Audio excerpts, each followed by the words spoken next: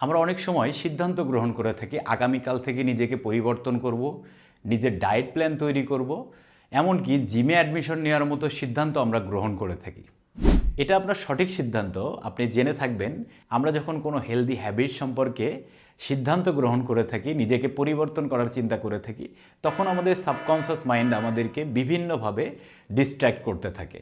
ফলে আমরা 1 থেকে 2 দিন ধারাবাহিকতা বজায় রাখার পরে আমরা সেই কাজে ফোকাস হারিয়ে ফেলি, আমরা সেই কাজে মনোযোগ দিতে পারি না, অথবা সেই কাজ কন্টিনিউ করতে পারি না।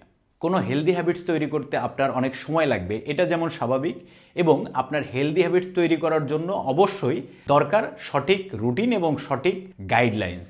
তো আমরা স্ট্রেনজন দীর্ঘদিন থেকে বিভিন্ন স্টুডেন্টদেরকে বিভিন্ন গাইডলাইন্সের মাধ্যমে হেল্প করে আসছি। আশা করি আমাদের স্ট্রেনজনের মাধ্যমে আপনিও অনেক বেশি হেল্পফুল হবেন। সো সুস্থ থাকবেন, ভালো থাকবেন, স্ট্রেনজনের সঙ্গে থাকবেন।